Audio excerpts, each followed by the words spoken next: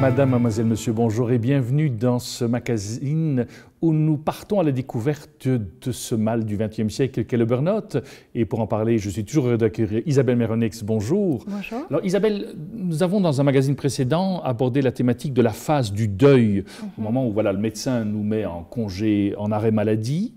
Il y a cette phase de deuil, voilà, et puis à un moment donné, est-ce qu'il n'y a pas dans cette phase de deuil, à un moment donné, où il y a lieu d'accepter la situation dans laquelle on est.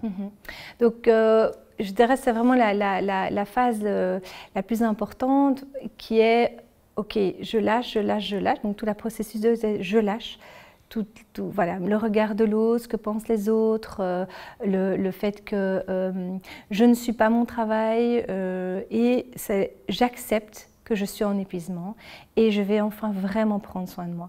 Et donc pouvoir se reposer, suivre son rythme, avoir mis en place un environnement qui peut soutenir, qui peut me remplacer au niveau familial par exemple, et accueillir que maintenant il faut vraiment se reposer. Et ça c'est le moment où vraiment on passe une étape importante, où on va commencer à remonter et à se reconstruire. Je parlais de la métaphore de l'armure, c'est voilà, pendant tout un temps on a porté cette armure et à un moment le corps dit stop, il y a l'effondrement et puis une fois que j'accepte, je commence à mettre mon genou à mettre mon premier genou par terre, merci, pour pouvoir se relever. Donc c'est la phase où on remonte. Mais la phase de chute est vraiment la plus inconfortable. Une fois qu'on accepte, qu'on prend le temps, à ce moment-là, voilà, on peut commencer petit à petit à réfléchir à des nouvelles pistes que je vais mettre en place pour écouter ce dont j'ai besoin et juste prendre le plein poids. Alors j'aime bien donner comme repère aux personnes que maintenant, c'est tiré d'un livre que je trouve assez intéressant, le flux d'énergie. Donc maintenant l'objectif c'est de remplir le flux d'énergie. Et de le remplir et de le stabiliser le temps, enfin je dirais pendant tout un moment, parce que parfois on peut ressentir tout à coup, ah je commence à aller mieux, je perds moins mes idées, enfin je peux plus facilement me concentrer et tout ça. Et ça c'est difficile, c'est délicat parce que, et ça je trouve que c'est important de le dire, c'est qu'il y a des jours où on va se sentir très très bien et puis des jours où on va se sentir moins bien. Et l'objectif, c'est qu'on ne fasse rien qui va commencer à puiser dans notre énergie qu'on est occupé à reconstruire. Donc on a un flux et chaque jour, c'est le faire grandir. À un moment, on arrive à un niveau et le stabiliser pendant une longue période. Et à ce moment-là seulement, on peut imaginer de pouvoir repartir, enfin, réfléchir à reprendre son travail. Et donc toute cette période-là, elle est essentielle parce que ça va être un apprivoisement avec soi et l'idée de je dois nourrir mon fût, donc mon réservoir pour pouvoir retrouver complètement mon énergie. Ce que je crois important aussi à dire, c'est que il faut savoir que ça va passer, les choses vont évoluer, les choses vont de toute façon aller mieux. Et donc, c'est juste parfois beaucoup de patience. Il y a des moments où ils disent « oui, moi je me suis donné 1 an et après 1 an, j'y suis toujours pas », donc il y a une espèce de colère. Il vaut mieux éviter de se donner des objectifs par rapport au moment où je dois aller mieux. L'idée, c'est votre boussole intérieure. Voilà, et s'écouter chaque jour, aujourd'hui ça va, j'ai l'énergie, demain ça va un peu moins, ben c'est pas grave, j'accepte. Mais ne pas aller puiser dans mon énergie, ne pas en faire trop de l'énergie que j'ai. Donc ça c'est toute la phase d'acceptation et de reconstruction. Et cette phase-là, de nouveau, en fonction de l'état dans lequel on est, prendra le temps qu'il doit prendre. Oui, tout à fait. C'est extrêmement difficile de mettre des repères. Il y a des personnes qui vont très facilement faire la phase de deuil et puis la phase de reconstruction est beaucoup plus longue. Et j'ai envie de dire, j'aime pas donner des repères parce que alors du coup, ça empêche les personnes à aller écouter ses propres repères intérieurs. Alors, est-ce qu'on a des ressources cachées que l'on peut découvrir justement dans ce retravail? Quand on dit de ressources cachées, c'est... Un cadeau caché, quelque chose que l'on a en soi. Alors, moi, ce qui me touche beaucoup dans ce moment-là, c'est tout à coup découvrir combien la personne, en fait, elle s'est complètement construite au niveau de son travail, mais toute la partie privée a été fort mise de côté, et découvre petit à petit des choses, en fait, même de son enfance qu'elle adorait. Donc, on recommence à faire parfois des personnes qui peignent, des personnes qui commencent à écrire, qui se rencontrent, et donc il y a cette espèce d'enfant, j'appelle ça l'enfant libre, qui vient donner toutes des pistes, des idées différentes, mais pour amener de la légèreté justement par rapport au travail qui est parfois dur et exigeant. Donc on retrouche, on redécouvre, ah oui, avant je faisais ça, j'aimais bien, mais en fait j'ai oublié parce que mon travail, parce que j'ai une famille, parce que si. Donc ces ressources-là reviennent, donc ça c'est au niveau des ressources. Mais souvent, le cadeau caché du burn-out, c'est je me suis enfin reconnectée à qui je suis. Et même, et c'est fou, mais vraiment, quasi tout le monde me dit merci le burn-out, parce que ça m'a permis de remettre de la vie en moi et de rechoisir et de me mettre en premier dans ma vie.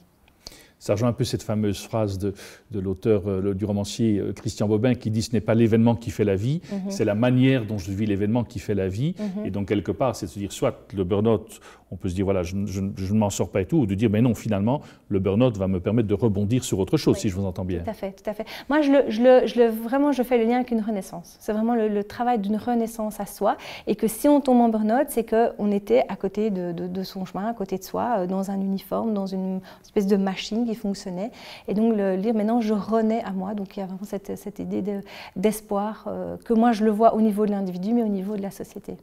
Et cette renaissance, est-ce qu'elle n'est pas perturbante pour le milieu environnant ? Alors oui, ça vient bien sûr revisiter certains fonctionnements qu'on avait l'habitude au niveau familial.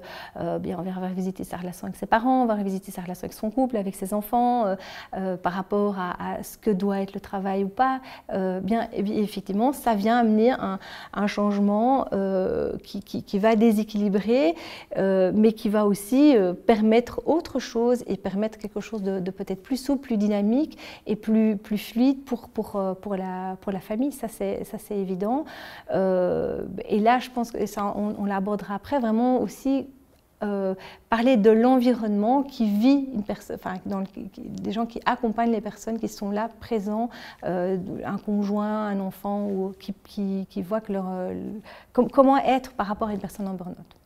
Quand je vous entends, est-ce que ça signifie alors qu'il y a toujours une remontée dans le burn-out ? Est-ce que c'est quelque chose que vous pouvez dire à toute personne qui vient vous voir, qui vient dans votre cabinet, de lui dire non, ne vous inquiétez pas, il y a la lumière au bout du tunnel et vous la verrez. Moi c'est vraiment le message que je dis à chacun, c'est ça va passer. C'est une étape, vous verrez à la fin, vous verrez, il y a un cadeau caché derrière cette expérience-là. Alors, je voudrais mettre de la nuance par rapport à ça. Parfois, et donc là c'est plutôt avec un psychiatre que ça se passe, c'est que parfois le burn-out vient se mettre sur une pathologie déjà existante. Donc par exemple des personnes qui sont profondément dépressifs à la base ou enfin, voilà, d'autres structures de personnalité qui sont bien ancrées dans l'individu, et le burn-out se met au-dessus. Et donc là, évidemment, le travail est beaucoup plus profond. Mais moi, à mon niveau, je dirais tout le monde s'en sort. Et pas d'office de quitter l'entreprise. Parfois, c'est réaménager l'entreprise, enfin réaménager sa fonction dans l'entreprise. L'entreprise se remet en question, met les choses en place. Donc, moi, j'ai vraiment des personnes qui reviennent aussi dans leur environnement professionnel, pas spécialement, ne quittent pas spécialement, mais ils ont compris certaines choses sur leur fonctionnement qui font qu'ils ne vont plus fonctionner de cette manière-là pour retrouver la liberté, quoi. Est-ce que le burn-out aussi, parfois, peut être la conséquence de votre plus-un qui, quelque part, est parfois peut-être un peu pervers? Oui. Alors, ça c'est un message que j'aime bien donner, c'est que c'est multifactoriel et que la personne elle a tendance à culpabiliser sur j'ai mal fait ça ou j'ai pas été comme ci, j'ai pas fait ça et ça. Donc il y a une part, pour moi il y a une part de, à l'introduction je disais bien, de l'environnement, de la société dans laquelle on est, et puis effectivement l'entreprise qui met une pression trop forte sur l'individu. et l'individu qui prend cette pression. Donc elle se joue à plusieurs niveaux. Et donc le travail que nous on peut faire ici, c'est au niveau de l'individu, mais au niveau de l'entreprise, il y a aussi un intérêt à travailler de leur côté, parce que moi, en tout cas de mon expérience, c'est un peu comme un virus qui se met au sein. Si une personne ou l'autre est en burn-out, c'est un indicateur qu'il y a quelque chose qui n'est plus en équilibre.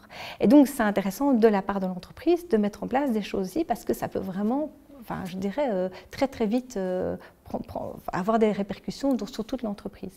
Donc il y a un lien effectivement avec le N+1 qui parfois ne sait pas, appuie sur les boutons rouges de la personne en dessous. Donc ça aussi on donne des formations, donc je dis ça parce que je travaille avec une collègue, pour pouvoir accompagner les managers à expliquer ce qui se passe et quels sont les éléments sur lesquels il faut surtout faire attention pour pas que la personne bascule en burn-out. Isabelle Maronix, merci beaucoup. Nous arrivons au terme de ce magazine. À très bientôt.